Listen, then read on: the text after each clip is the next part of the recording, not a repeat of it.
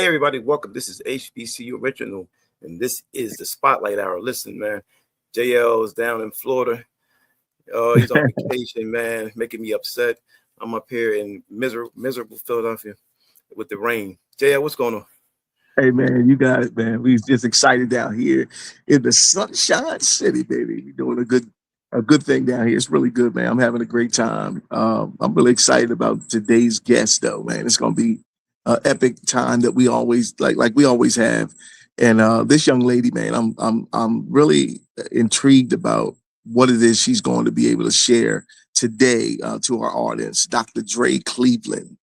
That's great. Uh, You know, um, I was talking with her off air, and about the state of our Black women, yeah. and this is going to be a really powerful episode today, guys. And if you're watching, tune in. For those who are not, just go back and watch the tape. She's powerful. Give her the welcome that she deserves. So, yeah, I mean, as far as the campus is concerned, we have a lot of mental illness issues going on. What is one of the concerns you have in the state that we're in right now for our young Um, women? yeah, man. Just how young people are moving and flowing on different campuses. It's really dealing with their whole mental state. The different kind of choices that they're making. Some of the things around just their personal, uh, the way they think about themselves, the way they see the world. It's really concerning in a because it there's so many moving parts with this. And so that's why I'm glad we have this young lady coming on so she can sort of share some insight around what are some of the challenges that our young people are having, and what are some of the solutions that she's been able to draw from these experiences that she's had. So this is it's gonna be good. Yeah. Well, hey, let's wait no longer. Let's bring her in. There she is. Welcome, welcome, welcome. Well, thank you. Thank you. Thank you. Thank you. Matter of fact, we can another applause right quick. But listen, when I spoke to you before, and I watched a lot of your videos, and she has other podcasts as well, and she speaks with great authority. I like that. So we definitely wanted to bring you on, to talk to these young ladies. We are in a state of, I don't think we can go back. We can't, it's either we're going to do now or we're going to fail as a community. I mean, for me, I feel that way. But I wanted to bring you on, and tell everybody about yourself, first of all.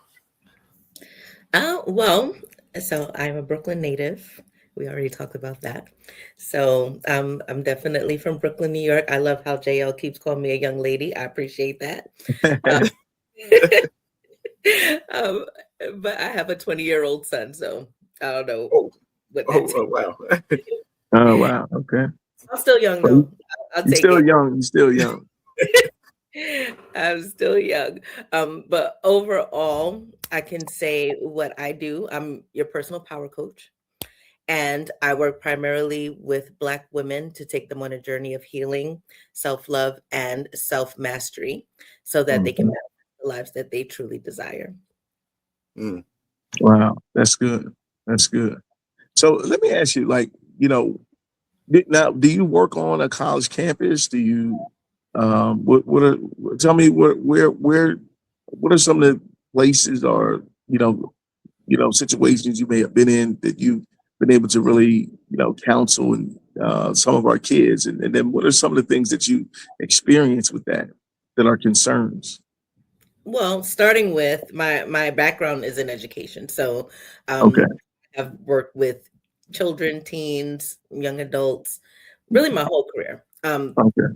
This iteration of my career, I am primarily a mental health coach. Okay. So like in real life, I work with everybody, right? Like not necessarily just women. But my platform from my own business, I focus on women. Not because we are, the only people on the planet, and I love you guys.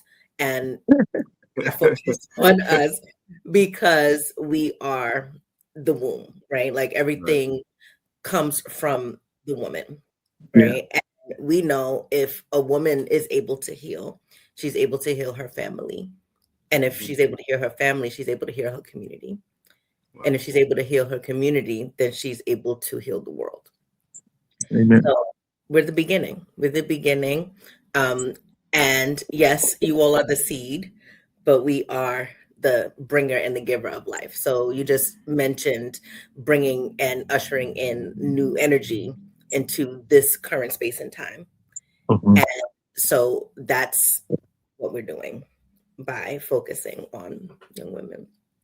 Dr. Cleveland, this is your question. So, in the state of things, right now, or young women, what are some of the devices that may be destroying our community as far as women is concerned? Well, I'll tell you one thing. I blame the internet. I blame the internet. The whole thing. And I'm joking, but I'm not joking. Mainly because we know most people. I mean, even people in our age ranges. I'm assuming we're all kind of in the same age range. In my 30s, but still, go ahead. No problem. Same thing. Whatever. 30s, 50s. Point is, we're not the generation. We're not the generation that had the internet as a device. So we didn't have as much influence that's readily at your fingers. You could just pull your finger. People know everybody doom scrolls these days, right? So, and you have the power of algorithms on top of that, right? I never thought of that. Yeah. So not only do you have the ability to access whatever information at the drop of a hat, you also have the algorithm that's constantly feeding you whatever you put in. So it's kind of like a megaphone to your thoughts. Yeah. Right. When you think about the fact that you have to be thinking about certain things for you to type it in, right? For you to be scrolling about, like right now, my For You page is all Michael Jackson. The whole thing. Yeah. Mike's hot right now. Right. For obvious reasons, right? Because I saw the movie twice. And so I was, I stayed looking at those videos. Actually, my whole For You page is that. Right. And so for a lot of women, and JL kind of mentioned this as a thing that he's noticing about how, young women and young men, of course, but in this case, see themselves as they walk through the world. Comparison. So I'll back up and say in a lot of my work that I do now, like I said, I'm a mental health coach during the day. And so I have hundreds of clients legitimately. And so many, and they are not college age children. They're not college age. They're adult age. And they're still saying so much that affects their self-image, comparison, all of the things, then it becomes on blast, because if you're constantly seeing that, your algorithm is constantly feeding you that, and now you think that's what the world is. Right. The reason why I kind of asked you that question, the state right now, because what you just said earlier about, we're not talking about, our college women. We're talking about, adolescents and certain things. They are, so these young college women who are in school now were the beginning of that boom of the internet age and chat GPT age. And so now they're about to go into the world with the thoughts and views from with this. And I think that, they're struggling. They are. Yeah. So we need, we need to talk about it, Yeah. And you know what? And working in schools and in working, even how Vince and I go on college campuses, everything is about image of how they're seeing themselves and how they're projecting themselves to the world. Yeah. And so when you typically, like, I guess, talk to these young girls, what are some of the first things that you notice about just their thought life and where they are? Well, really what I was just saying, like it's super common, right? That idea of comparison. Of course, the younger women, so definitely women who are college age, and I have clients who they run the gamut. They could be 18, they could be 65. And that is a very common theme, that a lot of it is focused on them comparing themselves to what they see on the internet. That's what I said. Yeah. Literally. Because it's a very big thing in terms of how they are deciding who they are. And so my job is to help them to learn to become, right? Because if you are defining yourself by something outside of you, we're already in trouble. And we all do that to some degree until we're clear that we get to create it. Okay. Yeah. That's it. Yeah. Yeah. And that's where they have to have that permission. You're somewhat of a permission giver in a sense of being able to, give them the power to make those kinds of decisions for themselves, so they can be the best version of who they are. And I think that's the part that, that they grapple with of who am I and why am I here? Yeah. And why does that matter? Like, why do I matter? How do I matter? And how do I fit into the whole scheme of this life? And how can I bring more definition to it by, with me? Because like you said, like the sort of the perception, the self-perception of themselves sort of, leads them to, sort of grappling with that of, who am I? And I get that because, with a lot of kids that I work with at the schools and as even on college campuses, that's the whole idea, because everything is about how I look, and how people perceive me and how I look. And what are people saying about me? What do people, So they're always, to your point, it always it seems like it comes back to that space of comparison. Yeah, that's a real major heavy piece right there. It really is. You know what's crazy, Dr. Dré and JL? So now, and I'm just seeing this, and I didn't recognize, I believe it was one of my nieces, whatever. They are going to Chat GPT, punching in their feelings, and letting the robot give them an answer. They're not talking to real people. They're not talking to their moms. They're getting their answers and decisions based off of what Chat GPT. That's a dangerous time, man. Yeah. It's a slippery slope. Because it has its positives and its negatives. Sometimes I even GPT prompts in some of my work, because you're not going to stop people from using it. That's just, you're not, right? Especially at this time. Like, it's, again, something that's right in your phone. It's right here. You don't even have to pay anything to get it. So we're going to use it, right? And so we have to be able to use it to our advantage. And one of the things that's actually very cool about, I guess you could say, about chatbots in general, is that if you program it correctly, it can be. But just like the internet, it's kind of algorithm based, meaning whatever you put in there is still going to spit. It's still going to spit. Yeah. Right. And that's where, Vince, to your point, it can be very dangerous, because the mentality that's inputting into there, right, whatever is spitting out, it's a reflection of the person typing.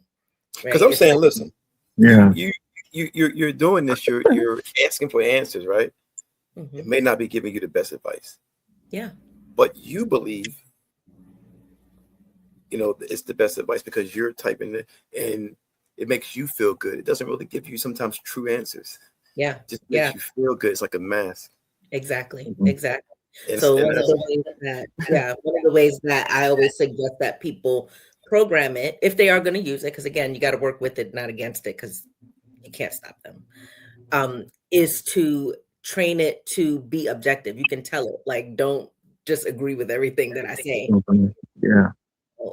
A clear, or act as a therapist, or act as, right? You can tell it to do that, and it gives much better output when you do that. But most people don't know to do that, right? They're just typing in there. Right? What does that do to your psyche, though? Because now I have a pal, it's like a friend, You're talking to an imaginary friend can build that mental part, the mental illness even further, because you're not talking to a real person, a real, because at the end of the day, is it comforting, like you said, knowing like this is always right, or what I type in is always going to be just, but it may not be. Right. I was talking to a young lady on campus, I think, one time, and she was right on the spot. She's like, "Yeah, I'm gonna just get my answer from ChatGPT." I'm like, "What are we doing here?" Yeah, young lady, that's not real world. But at some point, it's going to crash. Yeah, and it's going to destroy a generation as well. Yeah, if we aren't careful, and so that's what I mean by we have to, on some level, help take responsibility for the way that it goes, right? My whole platform is about being the creator, being the cause, right? Like I said, whether I'm talking to young women or I'm talking to old men, whatever the case is. And it's really about being the cause, right? So there are some things that we don't have active control over, like ChatGPT and the fact that they're going to use it, right? But what we do have control over is how we train and lead people to navigate with it, right? So if we hear them saying things like, I'm just going to get my answer from there, okay, great. Maybe that is a resource that you use. Tell me how you're using that, right? So you start asking questions so you can understand like what the person's mental is tracking and help to lead them to getting answers that will be more complete, right? Same thing as when we were kids and we had to do research papers and we're like, I'm gonna look at this TV show to get that, and the teacher's like, TV show could be one, but that's not a primary source. Yeah, it's not primary source. Yeah. Right.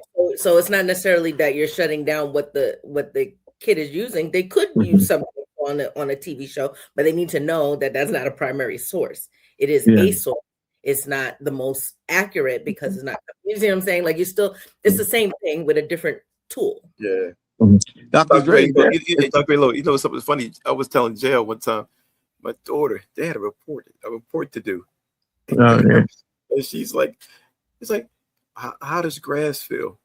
She went online and typed in, how does grass? I said, go outside in the yard and get the grass in your hand. That's so funny. Our teacher said we can go online. I said, I'm going like, oh my God, what are we doing? What are we doing? Things like you said, you and I, we dealt with real things. Yeah. Tangible. That's the divide with this generation. You have like what we would call ourselves like old school, right? Yeah. So you even see it in sports and you see it everywhere. The whole, that whole piece about old school. And then you have these, this new stuff going on, and then us being the age that we are, how do you relate to kids in the now, knowing where you come from? How do you translate those things to them, or what it is that they might need in the now? Well, two things. One, I'm clearly young at heart because you thought I was young, so thank you. And like I said, like I still work with kids. Like even though I don't teach in a classroom anymore, like I do still work with kids and teens. I teach dance on the weekend. It's only not today because it's Memorial Day. Right. So I'm always connected to young people. Right. And I have a young person. He's different. He's kind of old school too. Right. Even though he's just 20. But I have also an 8-year-old niece and a 20-year-old niece. They're the same age, her and my son. But I say that to say I'm always connected to children. I'm always connected to young people. And I train myself. And I think on some level, it's a gift that I came here with. So I know this is the work I'm supposed to do, to be an open space, right?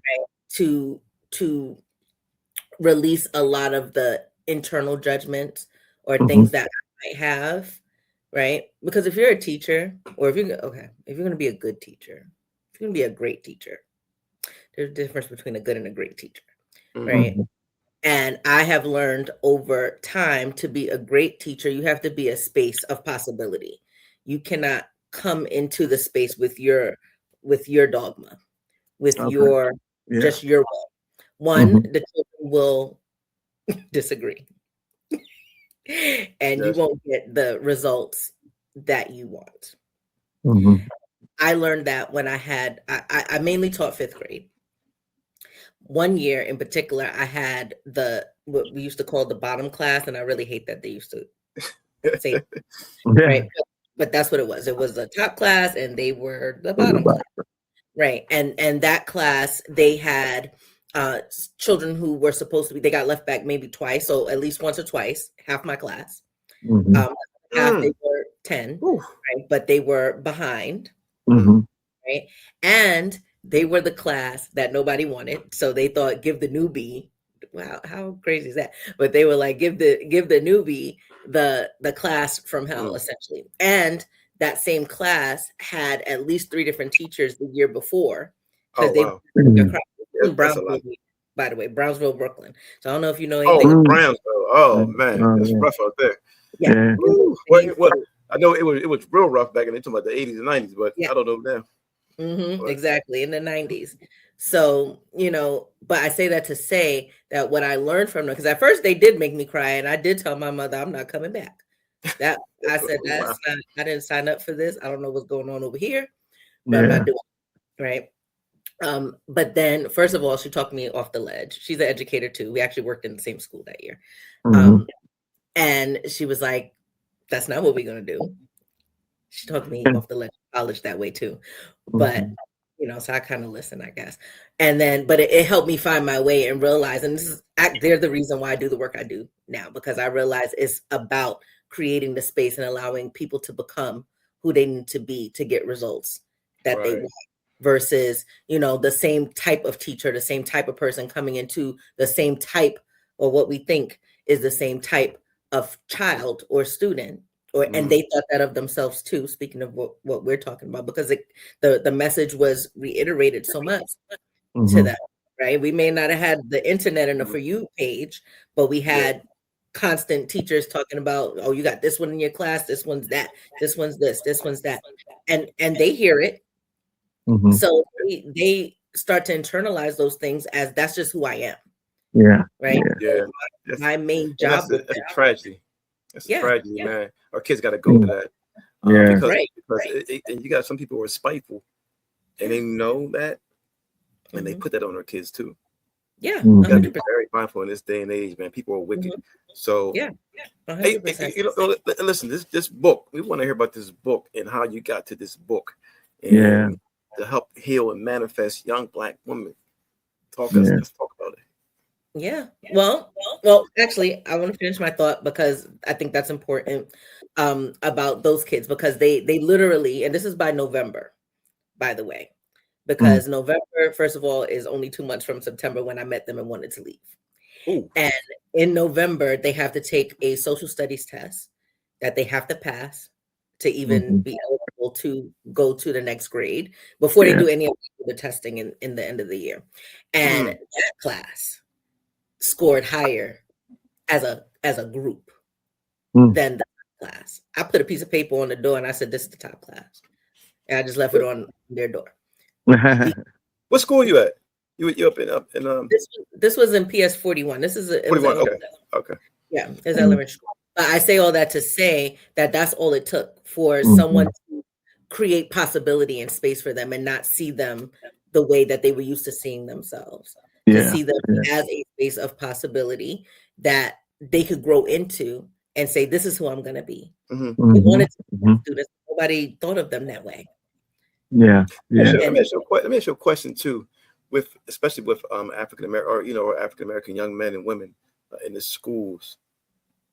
And I don't want them to get fixated on it takes one of us, quote unquote, one of us, to make you learn. Because you're going to deal with a lot of different people in life. Yeah. Whether they're white, Black, Spanish, Asian. And I want them to get the best from everybody. How can we change the attitudes, sometimes of our youth who always just think, if it's just if they're not Black, they're not helping you. I've heard that before. Young men and women look down upon Spanish or a white person, but you never know how they can help you. Right. You never know. We live in this planet together. Right. And but what you're saying is really part of it, right? Like I said, we're responsible for teaching that as a way of being. Otherwise, because where are they getting that from? How did they even get it? Right. And to be fair, we know where they got it from. That's actually I'm being facetious and rhetorical. I know. Right. We know where they got it from, but the same way that they got it, which we could say, and I'm only making this a blanket statement so we could understand what we're saying. Like they got it from us, right? They got it from us. But if they got it from us there, they can get it from us differently. There you go. Oh, say that again. We need that. Say that one more time. Yeah, that's a bar. That's a bar. Say that one more time. Say that one more time. I like that. Yes. Well, if they got it from us, that means they can get it from us differently, right? If we're not perpetuating the same messages, then they won't be perpetuated to them. Like all of this is ancestral. All of this is ancestral. Yeah.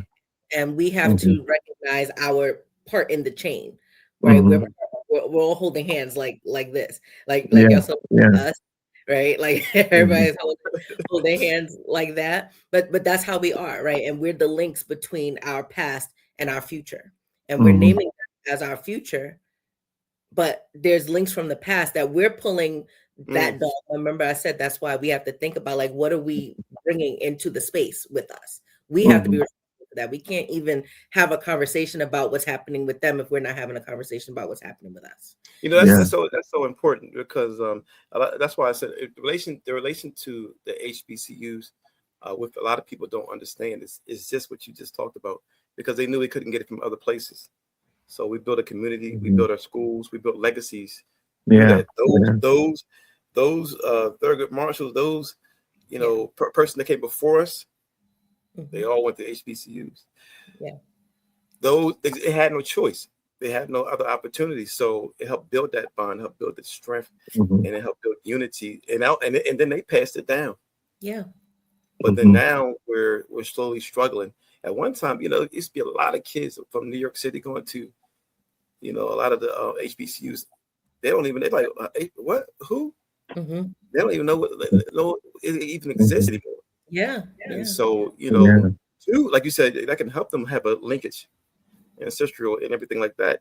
But we got to do better. Like you said, we got to do better, though. Yeah. And Dr. Dre, I wanted to ask you about that. You deal with the ancestral impact in our lives and the lives of kids. Is that a piece that you use to bring in significance of who they are?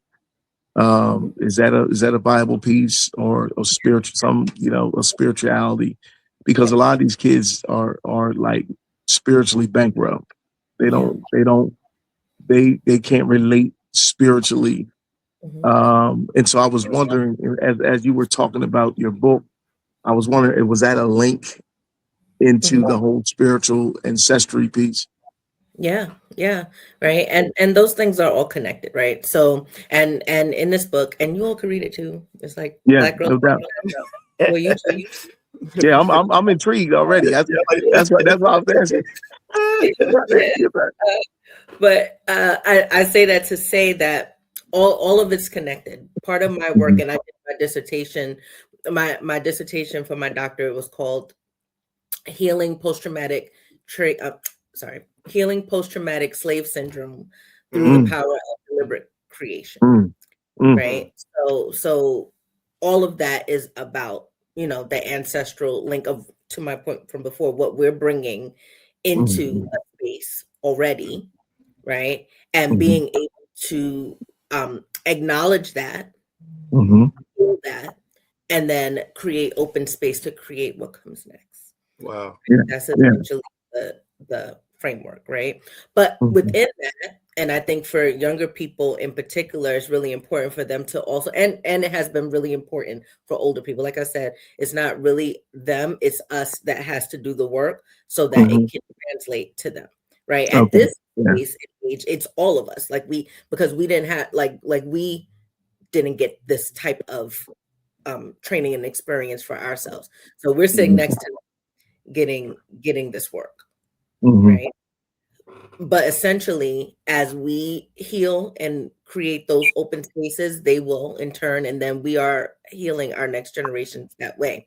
So it's really important for them to understand where even certain things came from in their own pathology, right? In their own way of how they see themselves, how they, you know, see their place in the world, right? Like who in my family, you know, had this same issue. Right.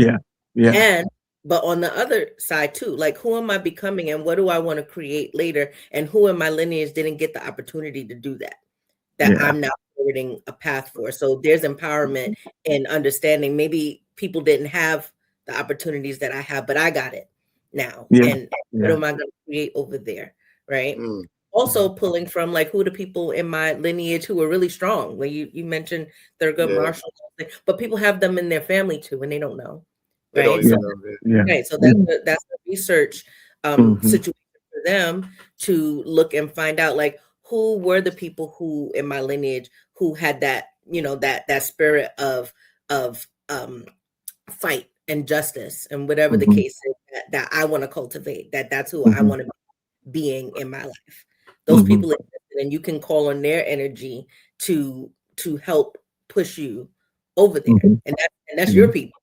Right. That's like somebody you saw on TV or learned about in school. Yeah, And exactly. there's something really empowering about that we all unfortunately tended to lose connection to because of these things. Right. How would you advise a young person who's interested in about their family? Where would they go? Where would they start at? You know, where would they? Because sometimes the parent may not even know.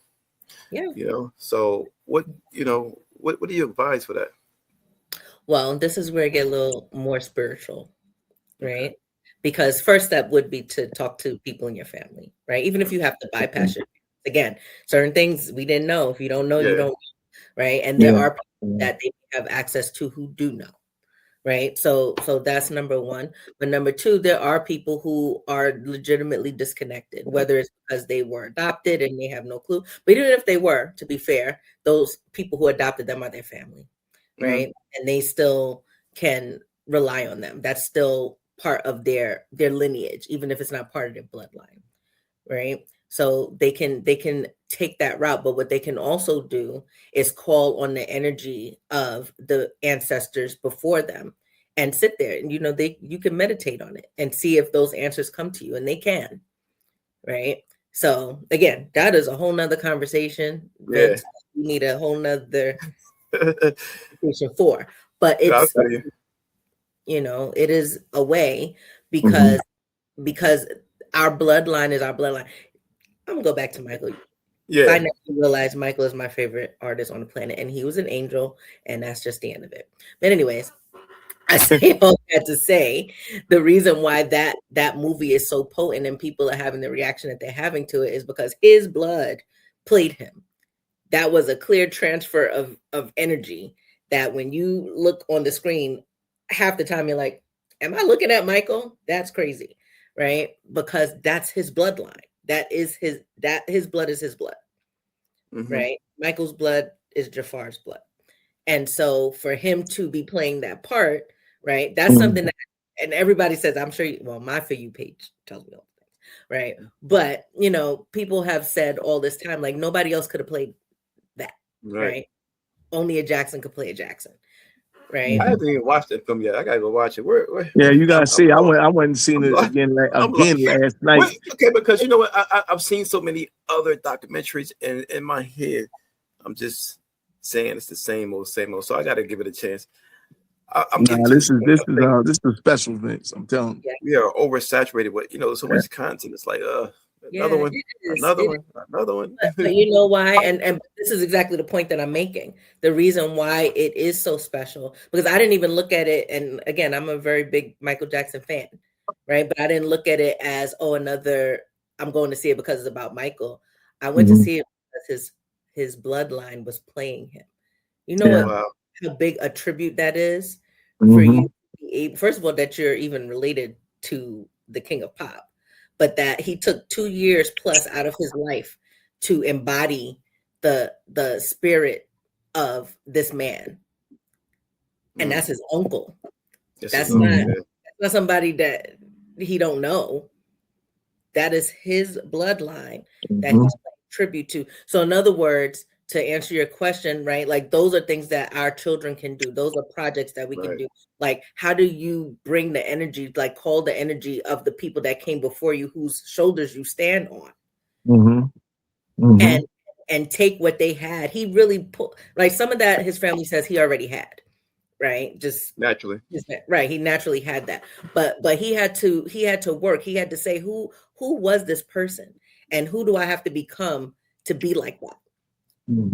Those become the things that the kids, if we're talking about kids, right, are now going to use to fashion who they're becoming, not what they see on Facebook. Yeah, right. And let me say this, Dr. Dre. This is powerful, Vince. The first time I saw it, I was around us, Black people. I was, at the Christiana Mall, just went there. The second time I saw it, I was here in Florida, and it was a whole theater room full of Caucasian people. I think we were the only Black people there.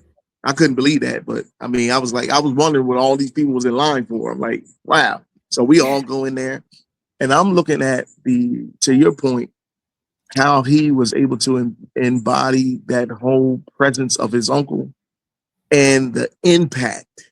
If you ever have seen Michael Jackson, even when he was with the Jackson 5, when he was younger, and then his ascension into who he would become as a teenager and all that kind of stuff, you felt a presence on him because he was able to electrify the atmosphere like you've never seen nobody else. I mean, I've seen, Uncle Charlie. I seen Parliament Funkadelic when I was younger. I mean, you name it. I didn't the OJs. I didn't seen all of them. I didn't been to the art. I have never in my life seen a person that has that kind of presence that Mike had, that gave you that kind of experience within inside yourself, to the point where they had to carry jokers out of there. Like they was tearing people out of there because I remember they couldn't even contain the energy he was giving off, and how they were embodying it, and how they were expressing it. And I was sitting right next to a whole row of white girls, and they had to be from teenagers to adults. And I'm talking about the tears, the whole situation. Like I'm like, this man, this boy right here that took his uncle's spirit, and this thing is for real. Remember, I mean, I was just, when I tell you, me and my wife, all of us, we were blown away to see how other races was reacting to this man. I said, what? Hey, I was thinking what you said. I said, I remember 85, like it was clear as yesterday. Me going into school, I had the glove on. Yeah. I had the jacket. On. Jacket. And I pulled up my pants and cuffed them.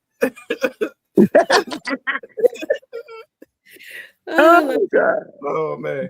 That was funny. Yeah, Mike. But that's real, Vince. I mean, so what Dr. Dre is saying about the whole ancestral piece and how it links up. Oh yeah. There's some truth to that. I mean, really deep stuff that we have not been taught. We've not been taught that. Yeah, and I'm glad you came out with this book that really, I'm sure gives insight into those things, because kids need to be able to connect from someplace. They got to connect. They have to make that connection, because as I'm working in the schools and the kid, all, the athletes and all, they always come to my room. I'm always, giving out love and talking to them.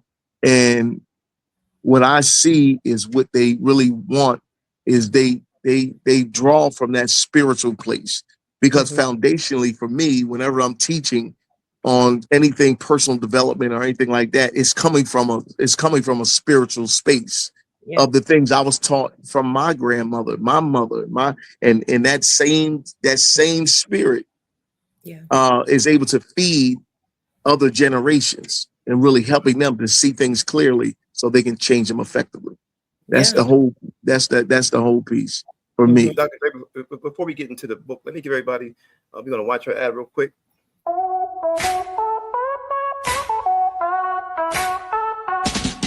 Shades of cocoa blazing, we the stars on the rise. Every curve, every coil, got the sun hypnotized. A crown made of struggle, yet we shine so divine. Magic in our melanin, it's our moment to shine. Black girl, manifest power in your hands. Dance to your rhythm, shake up all the lands. They can't dim the glow built within your chest. Black girl, manifest, you're the soul's best guest.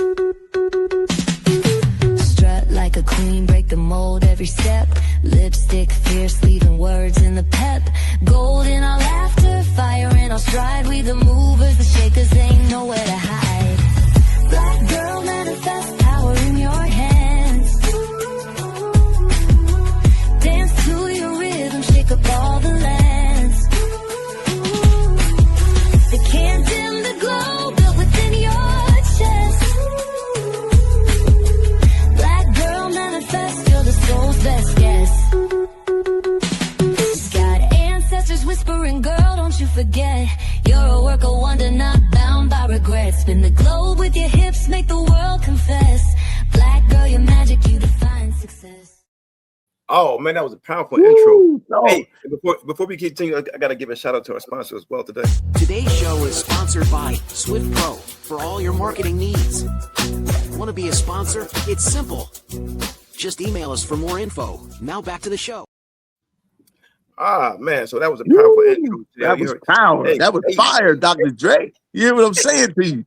That would listen. I'm telling people, listen, join the movement. This is a straight movement. I'm telling you right now, listen, this is amazing. I love what you're doing. It is fire. And I know it's fire inside the bosom of so many of our young people that need this. They need significance.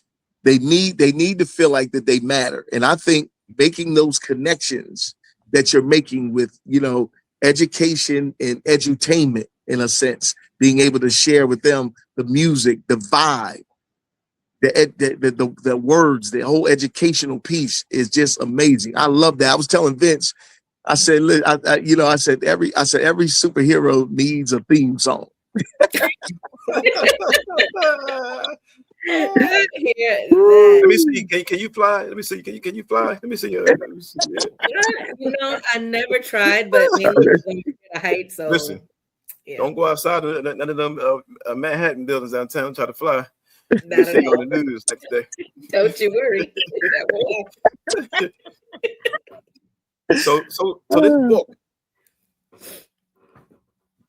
I mean, how long did it take? What did it take from you? And what did you put into it? Mm-hmm. Well, it took me, the last time I looked, I want to say, so the book was published officially at the end of March this year. And so, thank you. Mm-hmm. And so I looked back at my original notes. I was like, let me go back and see when I started this. And I want to say it was about 2 or 3 years ago. Mm-hmm. So the idea started there. Mm-hmm. But based on what I was telling you before, my dissertation research, like that actually was the premise. But that was, I did that in 2018. Mm-hmm. 2018, 2019, right? But I knew it was going to be a book. I was like, I can publish this dissertation the way that it is, but the people that to hear it, not gonna get it that way. Yeah, that's all, you want to put it in the academic little journal that nobody's gonna read. Not just mainstream people are not gonna read it.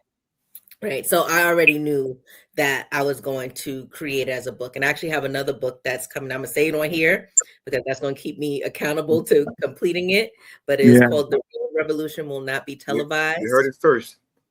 Oh, what's it say? Say that again. The real revolution will not be televised. Mm. Yeah, you know that's one to get from the gate. Yes, yes. And mainly because that was actually the first one that I was going to do, right? They both include my dissertation research, but that one is more community based, more community world, like bigger scope. This one is more start with you, because you kind of have to, right? Like how you gonna do all that? You didn't do this part, right? And so that's why this one came first.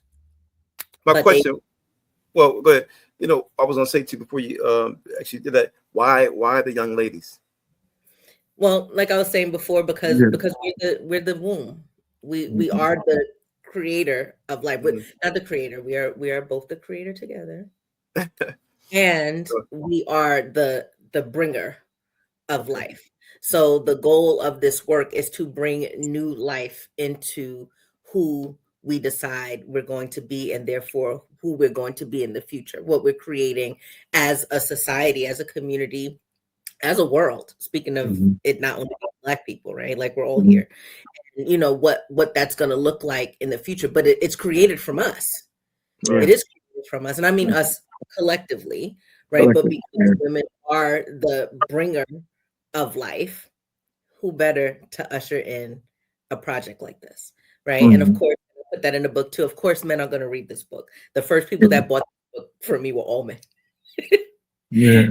So it's not directly that only women can read it, but it's more of a symbolic thing, right? It's in real time too, because my business does primarily focus on Black women, right? But that's the reason. Right? What can they help to be helped, like as far as healing with? Would we say like drama? Like what are some of the things? Yeah, well, healing in a general sense, in that, like I was mentioning before, that a lot of our healing, one, for everybody, it comes from what's already imprinted in our computer. Right. Our brains are computers. They just are, right? And they do not operate outside of the program that was created, similar to the way that you program a computer. If you program a computer and tell it to do something you didn't program it to do, it won't, right? You literally have to go in and change the program in order for it to operate differently. The same thing with us as humans, our brains. You know that all these things are a microcosm of what God created here. Right. This computer is just a human brain, like incarnate in a different way. Right. So it's the same thing. But knowing that, then we know that we have to heal thought processes. We have to heal the way that we see. So that's why it's also about self-love. The tagline on here is heal, love, and manifest the life that you deserve. Right. Because the part of that is self-love. That's part of healing. Right. But it's a specific component of that, because that's the part that we've been talking about. Like, well, who am I then? Right? What does it mean to be me in this space? Right? And who is this me going to go on to create and do and be? And what do you say to the young women on campus who are struggling with themselves, different things, but they don't want to talk about it to anyone? Well, I asked them to find somebody who they can talk to. Usually ends up being me, but that's okay, right? that's okay, right? If they don't have other people, but I do challenge them to find people, because some of that is, again, we're healing thought processes. They didn't try because they have already some thoughts about what they think will happen if they do, right? Like those, my mind traps, right? Like things that we kind of, like, our brain just on repeat thinks that thing is true, right? So because we think that thing is true, it stops us from doing certain things. In general, people have at least one person, and if they don't, they have God. And that, and Chad, young people, are you listening to that? Are you hearing that? Because a lot of times they don't. I know. I was talking to, and I won't say what school it was, but JL, remember the young lady? She was a camera person, but I could see she was staying, by herself. I was just trying to get her to open up a little bit, And, you know, and then I think one of the guys yelled out, "Oh man, she's a weird acting," and I'm like, yeah. So they notice it, but you know, something's going on. But I wonder if anybody's ever approached her, you know, an adult, Yeah. try to get her to, you know, maybe open up on some certain things. Yeah. But later on later that day, I looked at her Instagram and I could see everything was like gloomy stuff, and some of the posts and like something's going on with the young lady. But you know, I'm not an expert, so I don't know. You know, what was I going to say to her? You know? Yeah. But even if you don't, well, I'll tell you this, and this is coming from younger me as a college student, with a friend who was also a college student, so would have had no clue what to say. People are going through things, and sometimes just offering an outlet, doesn't matter what, right? Sometimes offering the outlet is all you need. That's what I back then. I remember I was super depressed. This is why I wanted to leave. And to be fair, I wanted to go to Spelman. And I said no. But she said no. So, but anyways, I say all that to say, you know, I was in an issue with a boy, and I was young, so that was my first experience of that. And I was like to the point where the girl saw me on the bus, and I was fine like 2 seconds, and then I was like bawling the next 2 seconds. Wow. And everybody knew the situation because there's not a lot of Black people at Cornell. It was just public, like it was a mess. I'm finishing a book about that too, but that's more of a healing process for me, so it's taking me 15 years. But anyways, I say all that to say, all she did was come up to me and say, "Hey, I don't know what's really going on, but I can see that you're struggling. And if you need somebody, if you just want to come to my house and make big cookies, you can do that." She's the only person on the campus that did that. Wow. And the other day, funny enough that this is coming up, the other day, I want to say it was last week. It was either last week or the week before that. No, it was last week. I met up with her. Sometimes we meet like every few years, just hang out and catch up. And we were talking about that. And it was really genuinely making me emotional. Things that I thought that you know, everybody thinks this, right? I thought I healed from that. I thought that would make me you can't help it. It's fine, right? Everything's okay, right? But I was getting particularly emotional because I was remembering that time in my life, and it was really, really hard. And I didn't have, like, I didn't even know we had resources to go speak to a person. Nobody told me that. I didn't know. So I was kind of suffering with that alone. But again, most of the people who knew of the situation were not trying to be helpful or friendly. Right. So I was really alone about that. My mom didn't understand that. She didn't know that's why I wanted to leave. Wow. Right. She thought it was because of my grades, but my grades got like that because of the situation. Anyways, again, we could have a whole nother show about that. Now that one is really specifically for young ladies, and it was my college experience. But all that young lady did was say, "I'm not going to be like everybody else. I am going to reach out to you. I'm going to find out, even if you don't tell me what's wrong, I'm going to be a place for you to land." Yeah. And sometimes, you know what, Dr. Dré, and sometimes it's really about the invitation. Right. Being able to invite somebody into a positive space that allows them to sort of share their heart, right? And then have a positive kind of, you know, where you're able to really help them, you know, get to that place where they can have some understanding about maybe what's going on with them. And then like for me, like you said, you know, she told you can come over and we can make some big cookies together. Yeah. That within itself is a leading to healing, invitation to healing, and if nothing else, a conversation. And what I was thinking about when I saw that your video playing was, this is a global conversation. This is a conversation for so many like young people who are dealing with some unchecked pain. That need to come to a resolve about that. They come to a place of healing, of reckoning around what it is that is going on with them. Yeah. Right. And I think, and I'm just feeling in my spirit that God has sort of uniquely situated you in this space for a specific group of kids, of people That's awesome. that really need that kind of intervention and healing.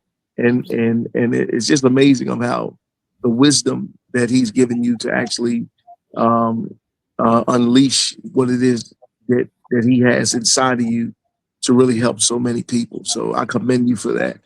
And keep up the great work, please, because I'm intrigued. I can't wait to get the book neither. I'm gonna be all up in your business. Hey, matter of fact, I know we talked offline, but where can they get this book, this information? How can they reach you? The easiest place is to connect with me at getblackgirlsmanifest.com. Okay. Okay, you can get it from there. Okay. Yeah, so that's the direct link. I am offering a free activation, meaning a free kind of mini experience of coming, right? And you can do that before you even decide to purchase the book, right? And then you'll be in my atmosphere, and that's how we can hang out. I like that. So you get it free, before you even purchase the book. You hear that, people? Yeah. You get a bonus track. The bonus track, yes. You say, and so, do you plan on making maybe like video, from your book, so they can go back and maybe listen to you and watch you? Yeah. Well, somebody told me about how to make this a audiobook, so that's definitely gonna come once I figure that out. But I am like part of what I want to. I'm slow down. Sometimes I just start talking faster than my brain is over there, and my words didn't catch up. So currently, I have opened up my signature program. So I opened it up in alignment with the book. It is called the Black Girls Manifest Experience. So that's them directly with me, around themes of the book, around this idea of activating this person who you are becoming to activate your next level. I have my I call them my guinea pigs, because I feel like I'm testing on them, but but they are currently going through the program. So a lot of my time currently is being put into making sure that that's built the way that I want it. So I say that to say that I will be doing some more videos, some more things on my social media, but my focus is there because I'm trying to complete our 8-week modules. Oh, good. And I want to ask you one of the questions I want to ask you. What do you feel about the state of our entertainment with our young African American women, or a young woman out there who, what do you feel with all, they don't have anything, I don't see any positive. You know how we came up, we had a lot of TV, it was positive. Now everything's just negative. They gotta listen to this ratchet stuff. You're talking about Sexy Red and all this other nonsense. And I'm looking like, this is what y'all like, this is what they look up to. They look up to this stuff. Yeah, they do, because they don't have other options. And unfortunately, I think that this is my opinion, I think it's part of an agenda to destroy the mentality of our young people. And I don't even think just African American, because again, everybody, right? Like those people, you can go anywhere in West Bubble, right? As long as it's young, mostly poor, most, whatever the demographic is, that's where, this type of art and entertainment is being pushed, including like drill rap and, go kill somebody or I did already, like whatever the case is. Right. So I strongly believe, I thought I would never get to the age where I would say, man, my generation was the last one. That's what I'll be saying. Also, I don't think that that's untrue, because I think that agenda started somewhere in our generation, and it just continues to proliferate and get more and more egregious. And because that's what's in front of us. Remember, I just said, like, we are programmable and we operating on a program, period. No so it's doubt. not even fault, it's what's being programmed in there. So we don't want that programmed in there. It's part of our responsibility to deprogram it, right? We can't help that it's there, right? But we can influence if they choose to listen to it. And if they are going to listen to it, what's the dialogue that's happening around it, right? I learned with my son very early because he is a special soul and he came here as part of this agenda to help me to realize how you need to be a clear space for people. Not because he used to like that. He really doesn't. He's really an old soul. He used to be my cousin as a kid. He used to wear a fedora. He had a little Thriller jacket. He was only 3. It was very cute, right? He knows Stevie Wonder. Like he's that kid, right? Wow. I say like his demeanor and the way that he walks through the world, he makes you challenge things. He doesn't just take things as face value and just because he's a kid, he'll just you say it and he's like, okay, yeah, no, he's not that guy. He's not that guy. He's a Taurus. He just turned 20 on the 11th.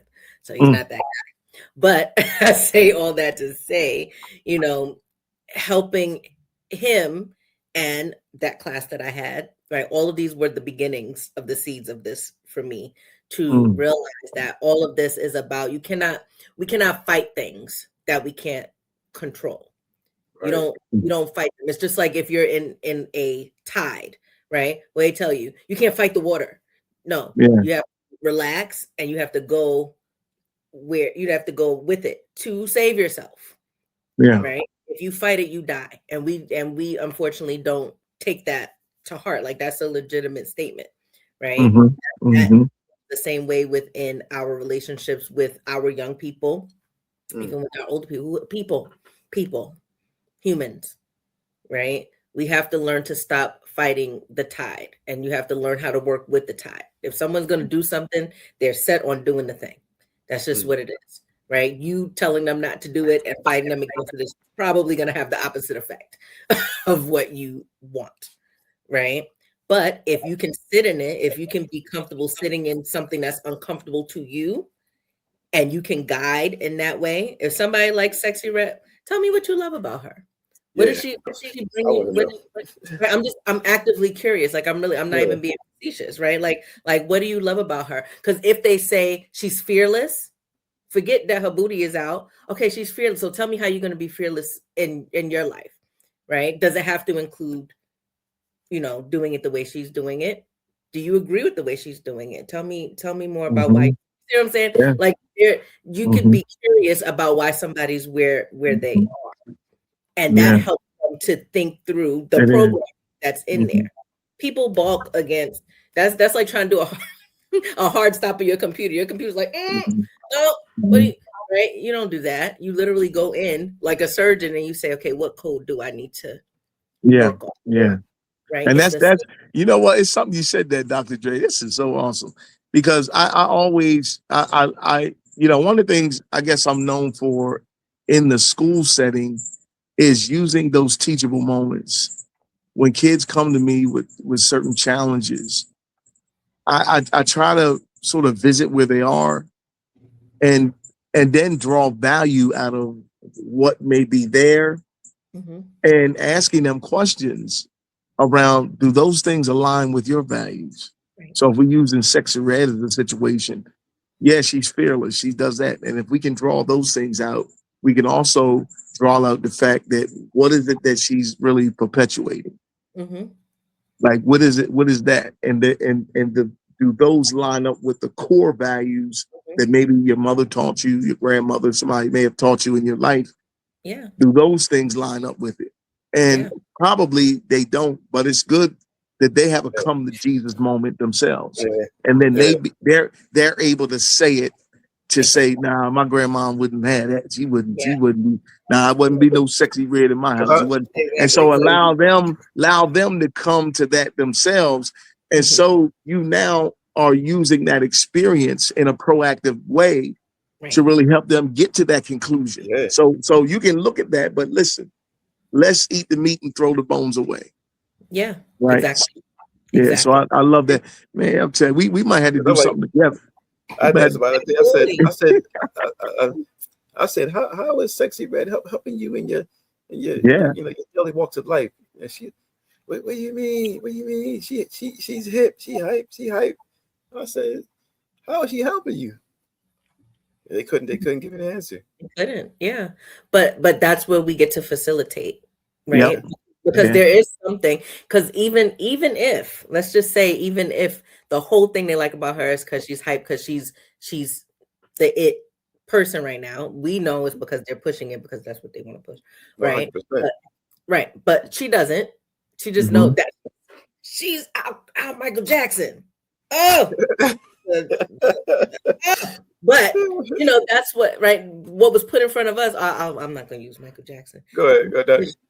Because I see. Hey, listen, don't faint on the camera. Don't faint, please. Right, Don't fall.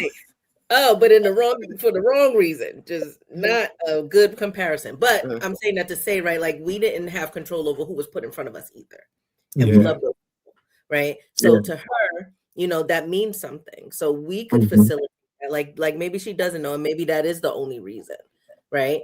But now we could look. Okay, if you like her, let's go look together, and you point it out. Go tell me. You know, I want you to name the things because and JL, you tapped on something that's really important that we didn't talk about yet. A lot of people, not just children. I'm talking about grown-ups, because like I said, we're all in this conversation together because we didn't have these tools. A lot of people are very connected to their values. So, and if you're not connected to your own navigation system, it's very easy to get pulled into the other things. Right. So this is an opportunity to help her develop her value system. Right. Yep. And she probably intuitively knows this is probably not okay. Right. But she has to name it. And there's something very powerful about us naming things, saying things out loud. That's why the power of life and death is in the tongue. That's right. That's right. About speaking it out here. If I tell you that I value respect, and I'm looking at something that goes against that value, and I just told you I value respect, that feels very crazy to me. Right? But before I name that, everything could just right? Before I gave it a name, it can live in my space rent free, because I'm not checking for no rent check. Right. Yeah. Right? I say, no, this is what you need to come in here. Then you're like, oh, Dad. Well, that doesn't, right? So it becomes a conversation of not even, and included though, right? You know, what are your values and do they align? But do you know what yours are? Yeah. Let's create them. Let's talk about what really matters to you. And then now does what we're looking at align with that? Yeah. Because sometimes there may not be a person they can look to say, I got my values from them. Like they didn't have the grandmoms and the godmothers and all those that we have, and aunties that really weren't related to me, but they were aunties because they were who they were to our family or to my mother, right? So they may not have had all those things. So it's being able to revisit that and then establish some fundamental, some foundational values that they can agree with. Understanding that, listen, you know, there are some things that we have to, you know, we really have to understand if we're going to move forward in this life. Yeah. And so let's start from that premise and let's build a value system within that, because that really helps out a lot as well. Exactly. But that's beautiful, man. I love what you're doing. I really do. Yeah, this is great. So we gotta listen. When can we have you back on again? Just let me know. Yeah. Hey, for those watching, you know what? Next time we have her on, Vince, I would love to have some students, some different people. That they can field her some questions. There's some stuff that they may be grappling with. For you. That they can just sort of throw some stuff, because that's the real global conversation. That's the conversation I'm talking about. That they need that kind of conversation, and to be free to ask whatever it is they want to ask, or whatever the case may be, and then allow the Lord to use you in the way He does. I got some live wires for you right now. Yeah. Hey, if you stay tuned in, because JL, we're going to bring up a new show as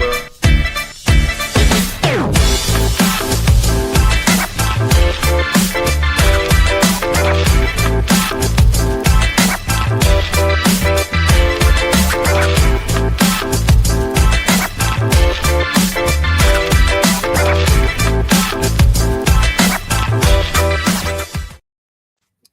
tuned for JL's coming up Runway to Purpose. That will be coming up pretty soon, and a book as well coming out.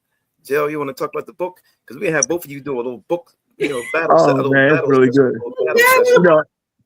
One of the things about what God is giving me with this Runway to Purpose, I love it because I'm able to really teach it every day. Like every day is about really how do you lean into your purpose? How do you figure that out? What does that look like? Why did I show up? Like all these different questions of why, right? And so Runway to Purpose really suggests that you have to do your work before you take flight. Mm-hmm. And so there's work to be done. And on that runway, you're going to lose some things that you didn't need. You thought they were valuable, but they're really not valuable.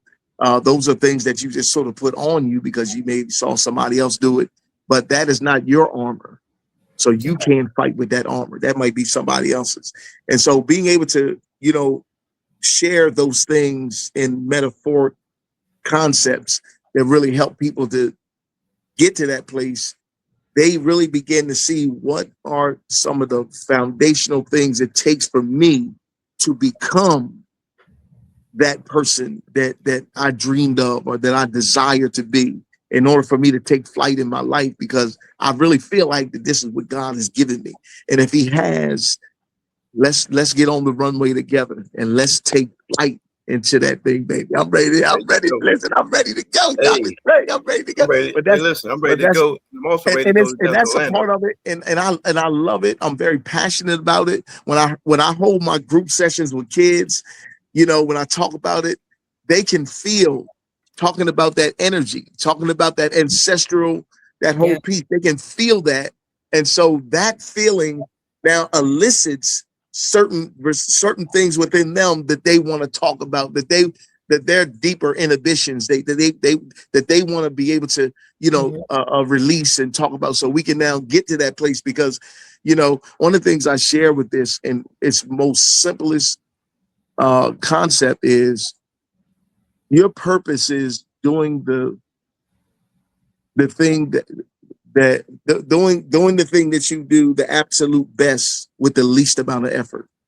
Mm-hmm. What is it that you do the absolute best with the least amount of effort? It's like sometimes we've been taught that we have to get all these degrees and we got to get all that. No, God uses the calling, the essence of who you are, that no other person could design you like the designer's original. No other person could really give you what it is that is beating in your heart, that when you think about it, you talk about it, sometimes tears fall. Sometimes you get certain feelings, you feel the goosebumps, and you feel that those are things that are calling to be released inside of you, because they are part of exactly who you are. So I love talking about it. Anytime I get a platform to begin to share, it's this space that I go to, because what better gift can I give somebody than the gift of purpose, helping them to fly into the thing that God had called you to from the very beginning. You just didn't have the wings yet.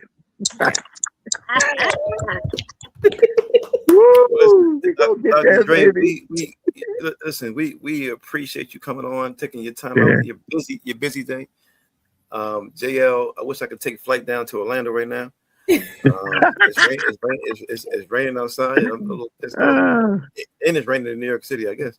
So, listen, Dr. Ray, this has been a blessing, a true blessing for you to come on today, speak to our, words of wisdom to our young people who are watching. They need it. And we want to just thank you again, give you your flowers while you're here. Man, listen. Dr. Dré, I want to say, first of all, everybody that is listening to this, you need to get her book. Like, you need to get that for your life, because I believe it's tools for travel and jewels for the journey. And you gotta be able to, grab hold of it from that space so you can get the things that you need. You may not have a spiritual foundation.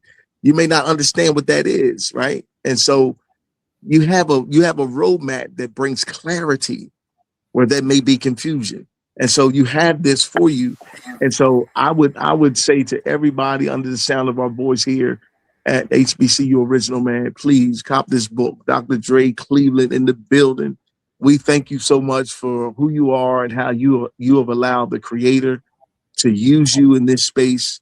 And I'm excited to even meet you today. And I look forward to, us hooking up sometime down the road and really doing what we had talked about, getting some kids on here so we can set the captive free. I'm excited about it. Let's do that. 100%. Hey, before we bounce out, we give a shout out to our conferences and graduates for this year, the ones who put hard work in, blood, sweat, and tears. You graduated, you did what you did, and also a shout out for our sports teams.